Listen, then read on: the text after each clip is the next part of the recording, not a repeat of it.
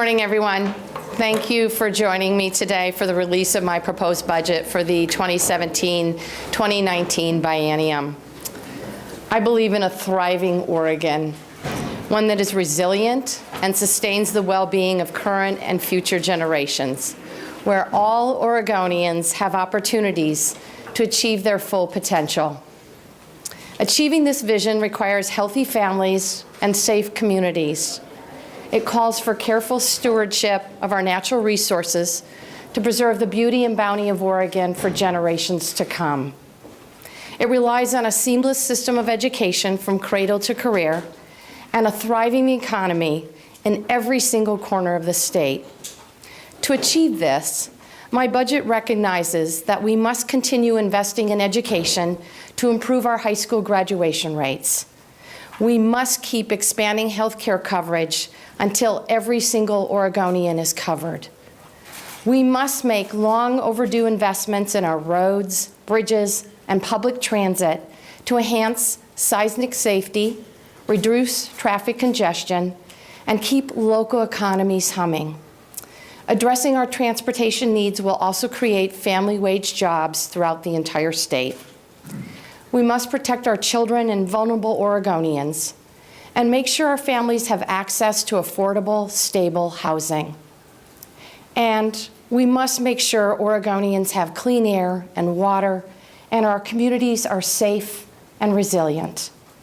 These commitments are foundational to Oregon's future. And that's why I have been such a strong supporter of revenue reform, so we could finally align state resources with these very worthy aspirations. Although I was able to protect key program areas that lift up struggling families, the budget includes significant cuts at a level I find absolutely unacceptable.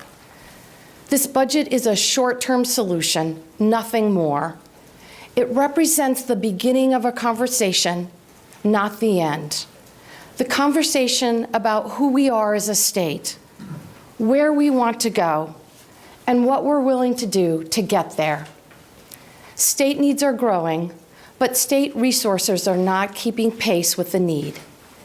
And when there are difficult decisions to be made, it's best to rely on one's principles. Change your leaves, not your roots. So my budget is rooted in 3 principles. Number 1, protect programs that serve children and support families working to make ends meet.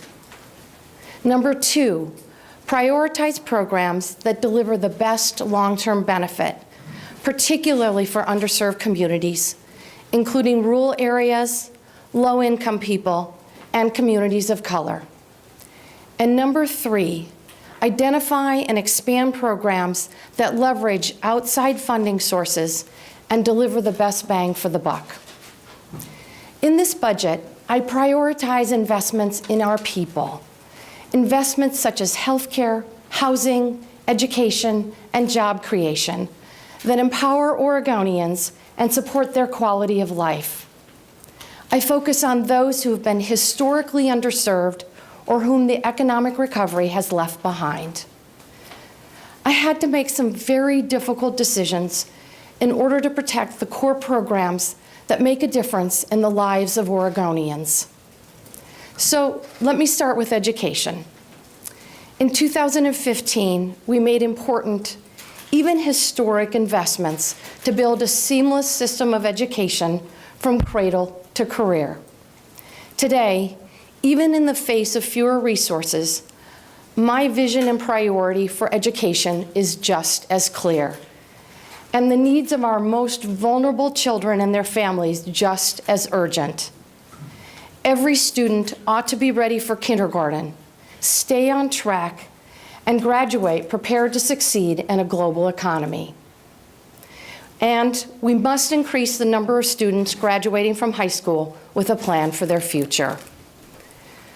My budget puts students first at every stage of learning by investing in a record-breaking $8.6 billion in early childhood education and our public schools, and protecting the significant investments we made in 2015 to make higher education more affordable and more accessible.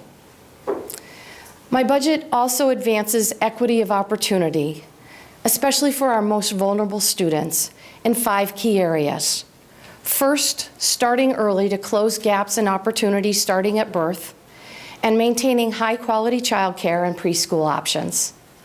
Second, replicating what works by targeting resources to expand and scale best practices that support students most at risk from not graduating from high school. Third, expanding hands-on learning like CTE, Career and Technical Ed, and STEAM, Science, Technology, Engineering, Arts, and Math, to connect students to careers. And fourth, supporting excellent teaching at all ages and stages of learning. Finally, and fifth, ensuring students can access and afford a college degree. My budget extends the Oregon Promise program to an additional cohort of high school students graduating and providing a cost as little as $50 per semester for our eligible students. Also, in 2015, we expanded the Oregon Opportunity Grants to serve an additional 16,000 students. In this budget, I increased funding to help another 5,000 students pay for their college education, for a total of 85 students, a little more than half of those who are eligible. Unfortunately, the increase in student financial aid meant saying no to funding increases for community colleges and Oregon universities. My budget allocates to higher education the same amount as they received in the last legislatively approved budget. However, my budget does make a historic investment in higher education capital projects with one-time funding of about $350 million, a significant increase from last biennium. Also, in response to recommendations from my campus safety work group that I formed after the tragic shooting at Umpqua Community College, I have allocated $15 million in bonding to help colleges and universities fund critical campus safety improvements. Health is fundamental to the well-being and self-sufficiency of every single Oregonian. Over the past 24 months, Oregon has expanded healthcare coverage to 95% of adults and 98% of our children. And we're not going to stop until every single Oregonian has health coverage. My budget protects funding for the Oregon Health Plan without reducing eligibility or the level of services covered. In my prior experience as a legislator, we had to choose between reducing the number of people we could afford to cover and the level of coverage. And I am absolutely unwilling to do that this biennium. I'm also investing additional funds to expand health insurance coverage for every single Oregon child. Our children deserve nothing less. We know that healthy children are more likely to do well in school, and while healthy adults are able to work and provide for themselves and their families. A roof over one's head is also fundamental to a child's readiness to learn and adults' ability to get and keep a job. Oregon faces a housing crisis, with many communities throughout the entire state struggling to address the lack of affordable housing. Homelessness is pervasive, with an estimated 21,000 homeless children in our K-12 school system. Building on the investments we made last session, I have included another $70 million to develop an additional 1,500 units to upgrade our housing capacity statewide, and $300 million in bonding to assist with loans for first-time home buyers. The 2016 Count Her In report revealed an insidious truth. 1 in 3 Oregon women will be subjected to domestic violence. In 2015 alone, our state could not meet the needs of more than 10,000 survivors of domestic violence, including children, seeking safe shelter from abuse. We must not leave survivors of domestic violence out in the cold.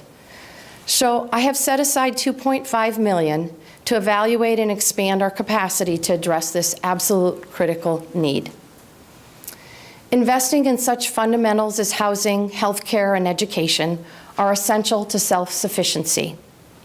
These investments also help make sure opportunities to thrive are available to people from underserved communities, such as Oregon's rural communities. The economic recovery has left many of these communities behind.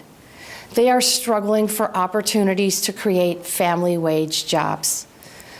My budget makes strategic investments in critical infrastructure projects that will also create jobs in rural Oregon.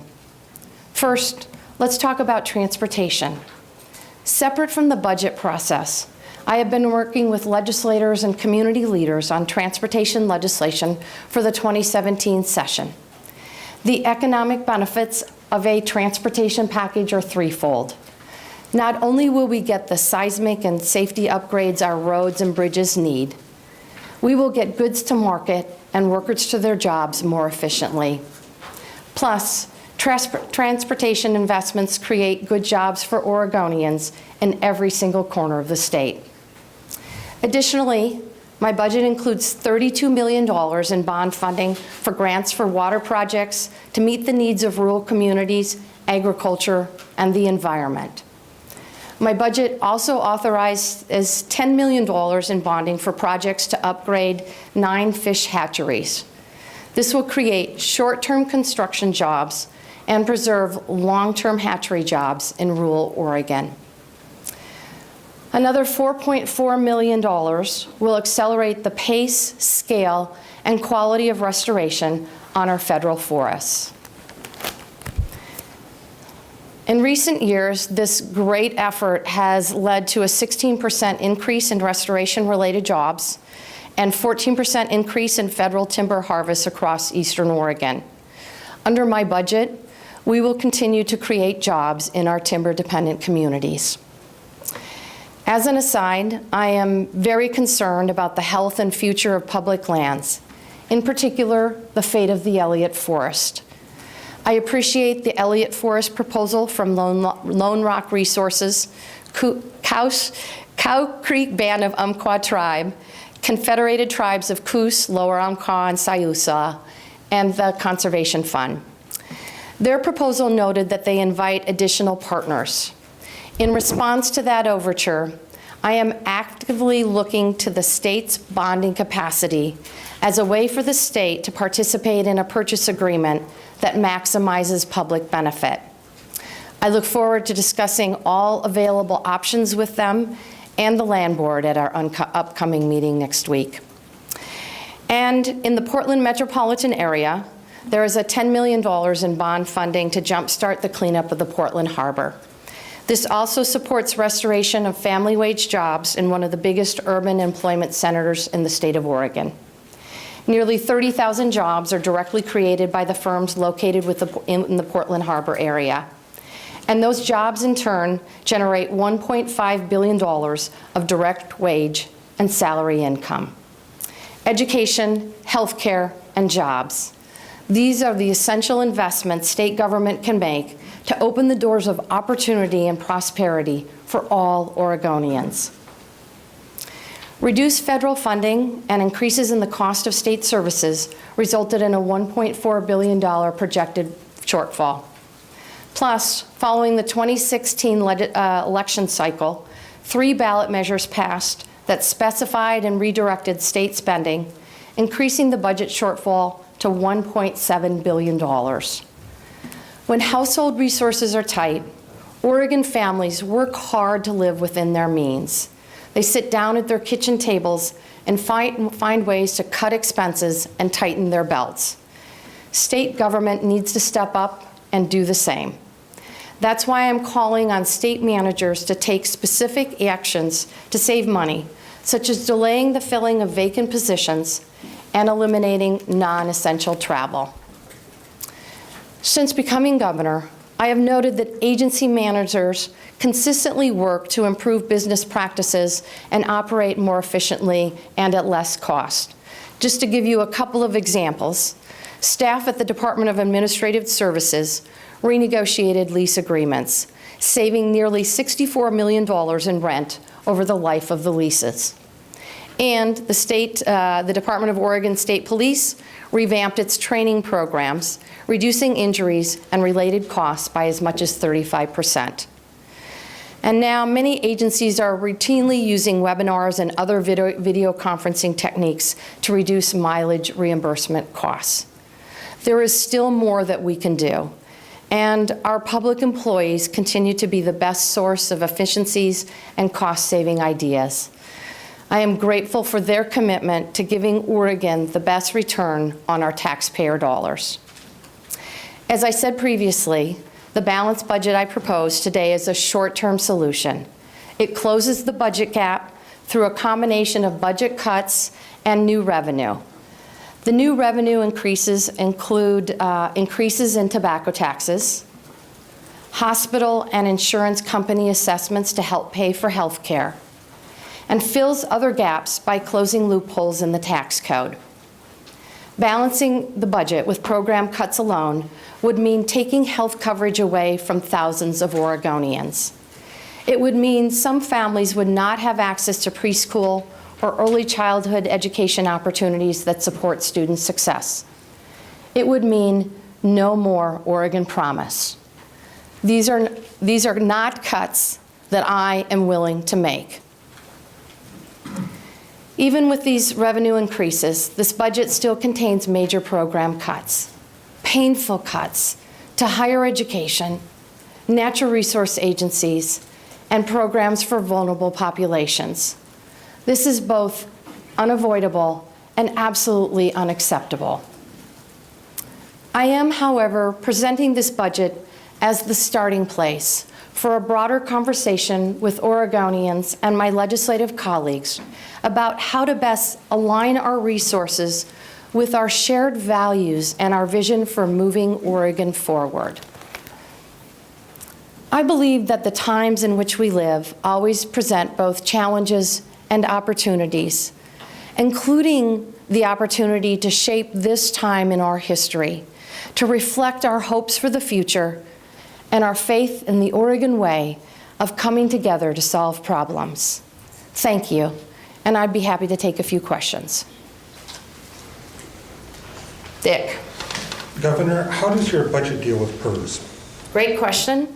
As I have said, the Oregon Supreme Court ruled in 2015 that we must keep our promises to Oregon retirees, and that's exactly what we do in this budget. We allocate this biennium's budget's fair share to our PERS retirement payments. In addition, I have been very clear with Oregonians that I support any solution to the PERS issues that are both legally viable and result in significant financial savings. I have met many times with Oregon Investment Council members. They have said that they need additional tools to enhance returns on PERS investments. I am hopeful that we can move forward on legislation that will provide those additional tools. But no changes are included in your budget? No, no. Governor, how hard will you push for additional revenue, and can you be specific about what it might be, corporate assessments or whatever it might be? Well, I've set forth my recommendations in the budget, which include tobacco tax increases, which include increases to insurance company assessments, and also liquor increases. I've been very clear with legislative leadership that I am not wedded to these particular proposals.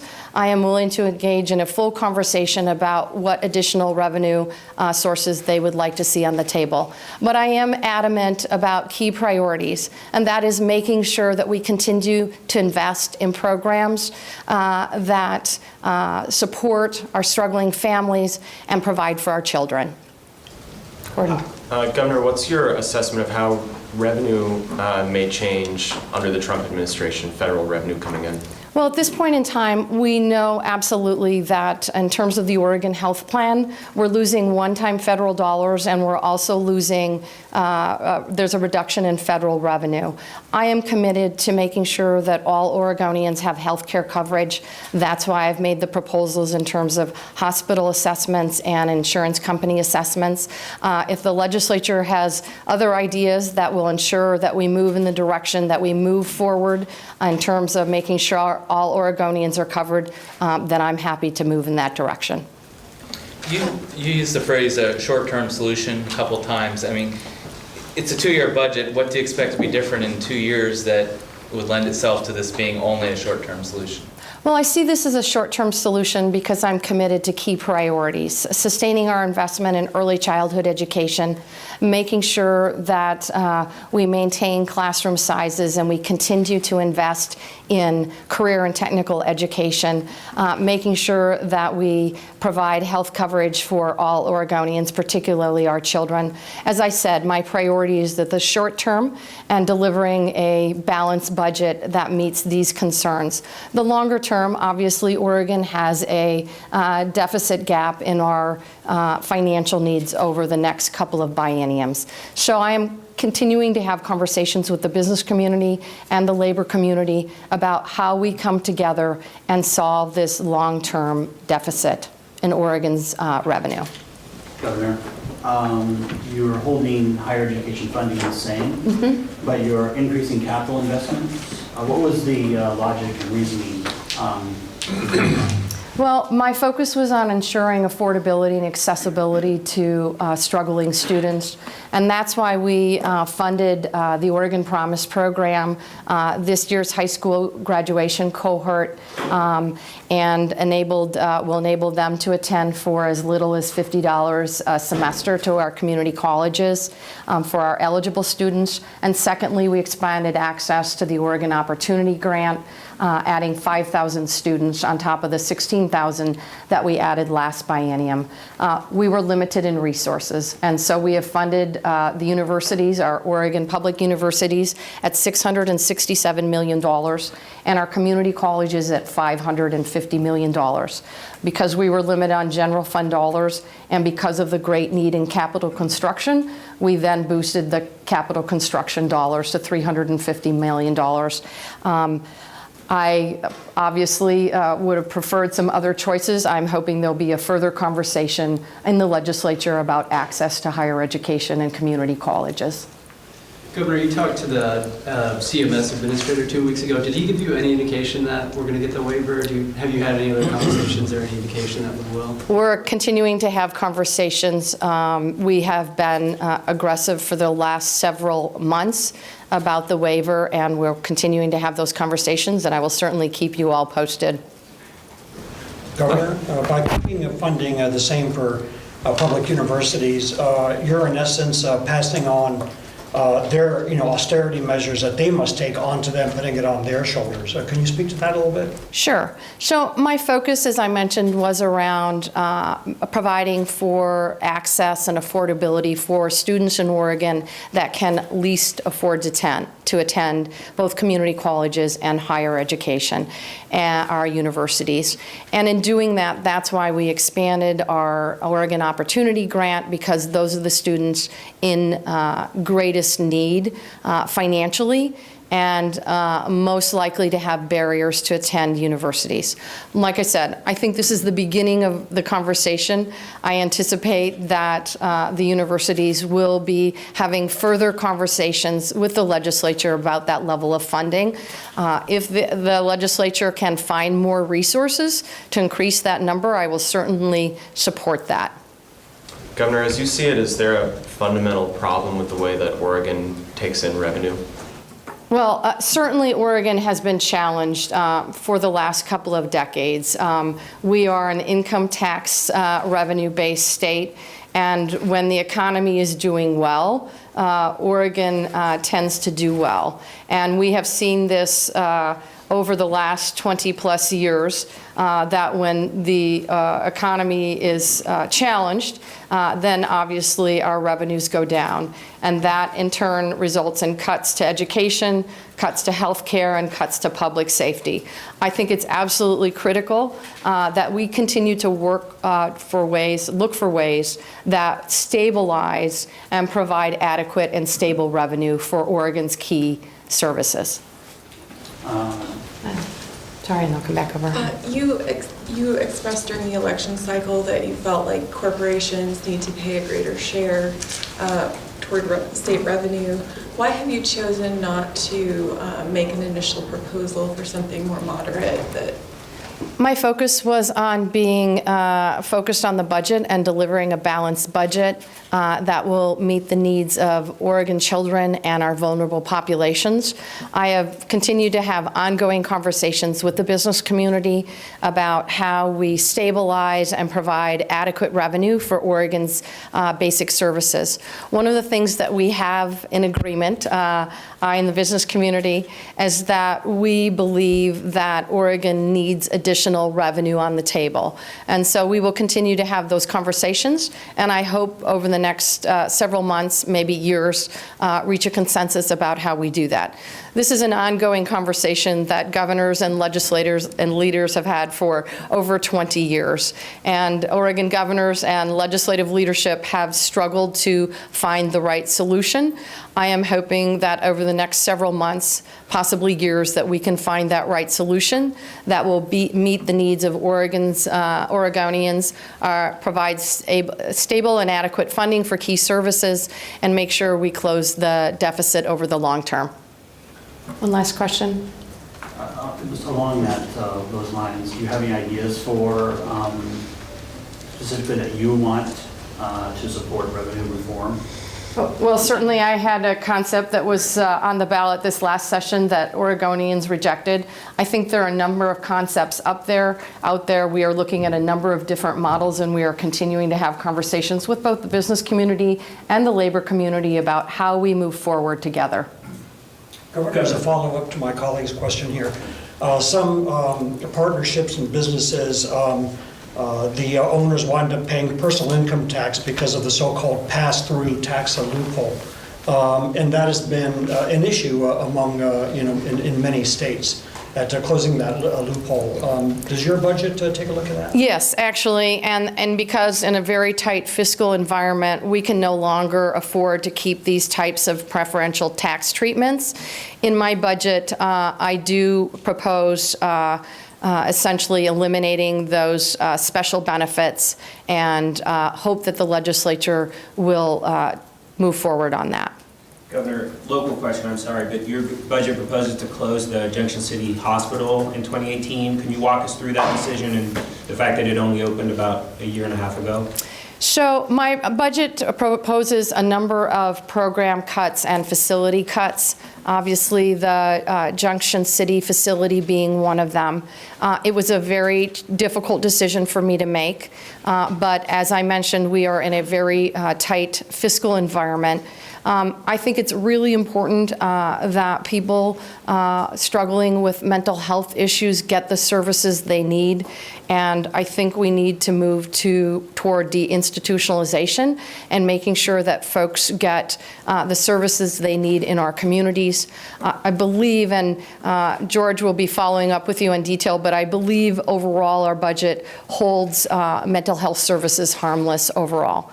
But that is not the only facility that we are proposing to cut in this budget. The other facility that we are proposing to cut is the Oregon Youth Authority facility on the North Coast. In addition to that, we've made a number of other cuts and program reductions. Last question? Governor, the Oregon School Board Association released a statement saying that your proposal falls about $500 million short of what they need to keep schools where they are now. If it comes to pass that they are $500 million short in the legislatively approved budget, how would you recommend that the school system proceed with the shortfall? Well, first of all, our budget funds K through 12 schools at the current service level. I don't believe any other governor's budget in recent history has done that. So I think it's a great starting point. My suggestion to the Oregon State School Boards Association and other organizations that are interested in having more money on the table for key programs is come to the table for solutions. I am willing to listen, and I believe the legislature is hungry for revenue ideas that help fund key basic programs like education. Thanks, everybody. Thank you.